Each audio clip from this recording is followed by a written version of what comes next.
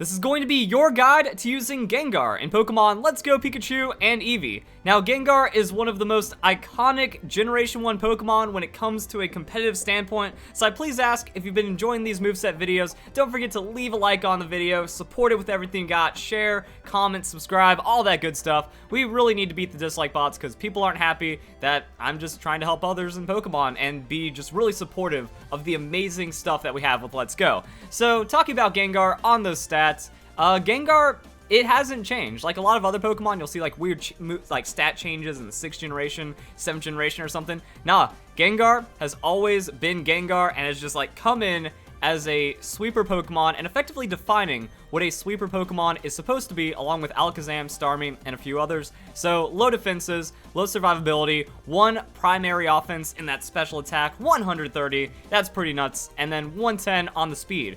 Now, 110 speed, even in the context of, you know, Generation 1 Pokemon, like the original 151, not that fantastic. Alakazam outspeeds us, Jolteon outspeeds us, Starmie outspeeds us, but then we're kind of like sitting in a really unique place, you know? We have a much higher special attack than some other sweepers, except for like Alakazam, and then our speed is a little lower, but that does give us outspeeds against pretty much everything else. So Gengar's main threat is going to be against other sweeping Pokemon, but then it just kind of threatens everything else. Mega Gengar. No wasted stats here. Plus 20 on defense, we like that. Plus 20 on special defense, we like that. And then a massive buff to its speed and special attack. And then we just get in Mega Wars with other Pokemon. It's like, okay, so now we beat Alakazam, but we don't beat Mega Alakazam.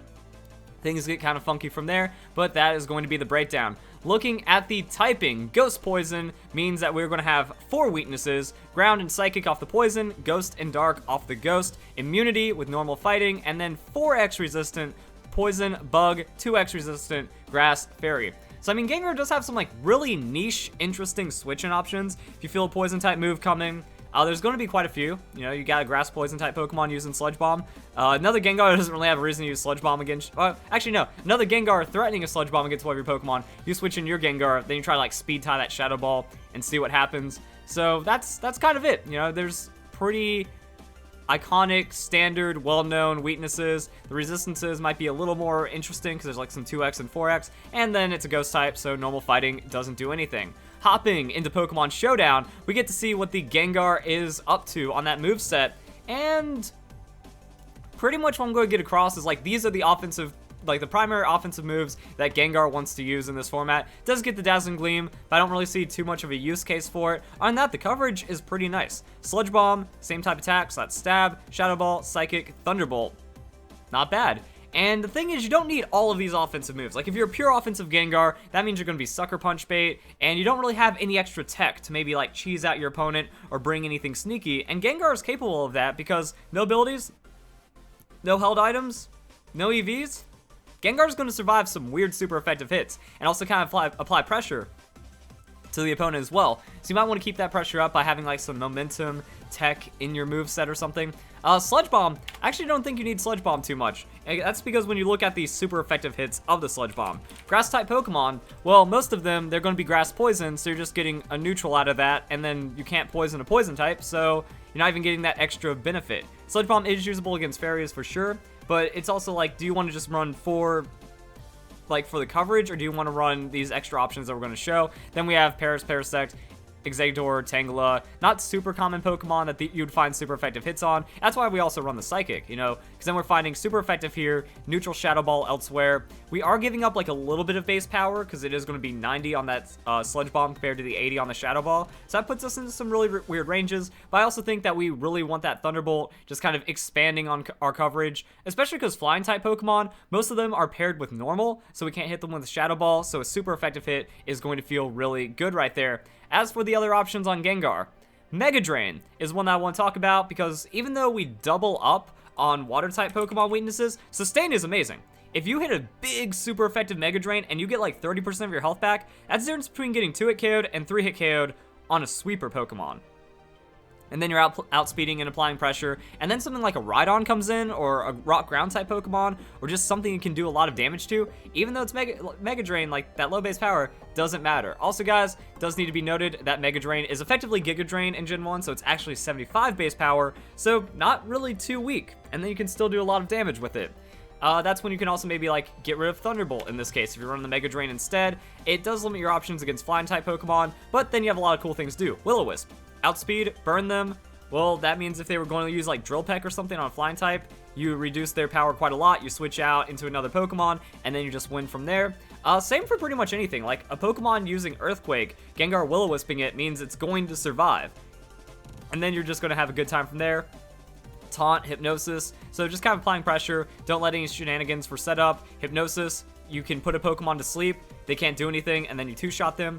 So it effectively gives you like a 60% chance to get a 2-hit KO instead of just the guaranteed 2-hit KO while taking damage. So is that your damage trade right there? Do you not want to take damage on Gengar, flat 60%? And then in theory, even though this isn't really how odds work, you know, if you use Hypnosis twice, good chance one of those is going to land. So if the first one misses, second one lands, well, now it's the exact same. So you outspeed Shadow Ball, take a hit, Shadow Ball, they're dead.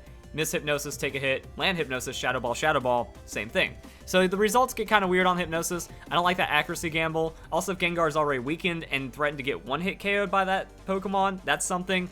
Being a poison typing that is also just straight weak to ground, not the best thing because a lot of Pokemon are running Earthquake in this format. So that's why I like the Will-O-Wisp option. Try to do things to keep your Gengar safe.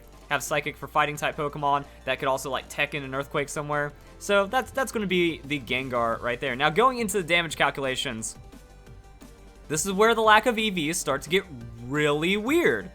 Shadow Ball onto Alakazam, not a KO. Alakazam KOs us, though. So, like, if it's a paralyzed Alakazam, you know, you paralyze them, that means you're faster. Gengar doesn't secure that. So, be aware of that situation. If you're thinking, all right, you know, it's a super effective stab from Gengar, classic Alakazam matchup, it's over. It's actually not over. That's something that you need to worry about. Now, Shadow Ball into a Gengar, so that's going to be like 60, 75, will be a KO, so whatever Gengar wins that speed tie, that's going to be a thing. Mega Gengar will have much more power, so we'll be able to overwhelm the Alakazam. Then Mega Alakazam versus Mega Gengar, effectively the same thing, it's just not going to be that great for you. I wanted to go into some other things, just kind of like showing Snorlax. Random Pokemon, teching in an Earthquake can get a little scary for us, that it's not a one-hit KO. So those are the things that you need to pay attention to. Also, like if we have a Groudon using Earthquake with Stab, super effective hit, but we outspeed him and get that Will-O-Wisp, we survive those. We outspeed the Snorlax and we get something on, we survive that. But we can also show that the damage against a Pokemon like Snorlax or a tanky Pokemon, it drops off pretty hard. So let's go for the Sludge Bomb. And yeah, 3-hit KO against Snorlax if it's Adamant Nature. So we're not winning that and we're not doing insane amounts of damage. And this is like one of those rare cases where it's like against neutral Pokemon, you want to have that Sludge Bomb, otherwise your damage is going to be pretty pathetic. But then you don't have like the Will-O-Wisp, you don't have the other tech options that are kind of going to help you out, so things to consider when you're going up against like tanky Pokemon like that. Then we get into the Jolteon matchup. Yeah, Shadow Ball's a 3-hit KO, Sludge Bomb is a big chance to 2-hit KO. These are the trade-offs and these are the weird situations you're going to find yourself in. So pretty much you can survive a Jolteon if you absolutely need to. But in that, you switch into a normal Pokemon, you switch into the Snorlax, and then Jolteon does nothing to Snorlax. The Thunderbolt is still also 2-hit KO, so Jolteon could even, like Jolteon using Shadow Ball against Gengar, doesn't matter at all. Just 2 Thunderbolts, that's going to be it. Unless you have Giga Drain. So there's weird mind games that only exist because I'm mentioning it in this video, but overall, you know, you can Giga Drain, and then like Thunderbolt does a little bit of damage, and then you're healing a good amount, so there's a chance you can like Giga Drain into Shadow Ball and then survive like 2% hit points because of double Thunderbolt. But then Jolteon just Thunderbolt, Shadow Ball, and you're dead anyways. It's a weird game. It's a weird format. And these are some of the weird situations. Like, yeah, you don't just backhand everything with the Gengar. Starmie, chance to KO, 75% chance. Psychic, chance to KO, 75% chance. So yeah, Starmie outspeeds us, but it's also kind of like a reverse of the situation. That Psychic, 90 base power, lower on that special attack compared to the Gengar, super effective stab, all that fun stuff, and pretty much KOs us, does get the outspeed. Not a complete guarantee, so if you're in like the last turn of a battle, it's not completely over for you, and then like you get that 75% chance, they get the 25% chance, and weird things can happen because it's Pokemon. Venusaur. So I want to show the Psychic. Psychic is 2-hit KO against Venusaur. Giga Drain because it's resisted, heals little. So I mean, it looks like we do have like the 100% KO even after the sustain, because we outspeed, do 60%, they heal 10%, we do 60% again. That's going to be enough to KO. So the Gengar does really well with that Psychic against Venusaur. Things to consider. Giga Drain against Lapras. I was also looking at like bulky water type Pokemon. So we hit a super effective onto Lapras, and look at how much we're healing. You know, a super effective hit is going to heal us a third of our health. 3-shot onto Lapras. So Pokemon that are less frail, or not less frail, more frail, you're going to be dealing a lot of damage depending on the hit point pool. Healing about the same, maybe healing more, and then 2-hit KOing in that range is going to be pretty nice. Next up, we have Dugtrio. So Dugtrio, it's pretty much just Dugtrio outspeeds us, one-shots us on the Earthquake, and that's all there is to it, unless we go into the Mega. Go into the Mega, we are going to jump into that 170 special attack, and then Giga Drain KOs in return.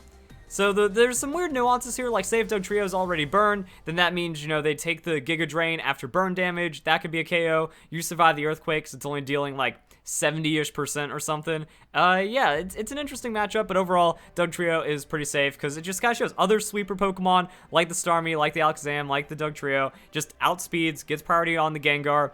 Without a super effective hit, Shadow Ball does not KO the Dugtrio, even on the Mega Gengar. So that's the case for the Mega Gengar with the Giga Drain. Non-Mega Gengar is just like, still 2-shot, still doesn't really do much. So keep your Gengar away from that situation, and you might be okay. Thunderbolt, 2-shot on Charizard. Shadow Ball, 3-shot. Flamethrower from Charizard is a 2-hit KO in return. Just kind of showing the numbers. Aerodactyl, Earthquake, not a 1-hit KO. Things to consider. That's why you go for that burn. Burn, gonna change it into a 3-hit KO. So yeah, actually very likely 3-hit KO. That's another thing with those numbers. Like you burn, and now you get 2 extra hits. But thing is, Aerodactyl's outspeeding you, so that makes things awkward. If you go into Mega, then that means you're like speed tying and stuff. Mega Gengar with that 170 special attack, not gonna be enough to one-shot the Aerodactyl. And then there's like a chance on that speed tie, so things get weird there. Actually, burn doesn't matter because he's outspeeding you anyways, and the burn goes through and then less damage. But, you know, if it's already burned or something, weirdness. Giga Drain for that 23% heal kind of stacks with the Thunderbolt. So in the Aerodactyl scenario, you might want to lead Giga Drain, just do a little bit of that damage, then finish it off on the Thunderbolt. But if we're going back to the regular Gengar, those numbers still hold up. All right, so then you're healing less, but, you know, you're not feeling it as bad from the Earthquake. You know, just, you gotta keep in mind a lot of weird things if you're playing the Gengar. That's why I'm a really big fan of Willis, because even though Gengar's not, like, just barely not finding KOs, your opponent is just barely not finding KOs against Gengar, and you can turn, like, a 2-hit KO into a 3-hit KO, buy the extra turn, maybe sustain off. If not, just rely on your stab, keep crushing through things, and then good late game sweeping Pokemon, like always. It just kind of adds up with the Gengar, so things to consider, and that's how it's going to go. So, guys, enjoy the video. Hope you all have a nice day. Thank you very much for watching.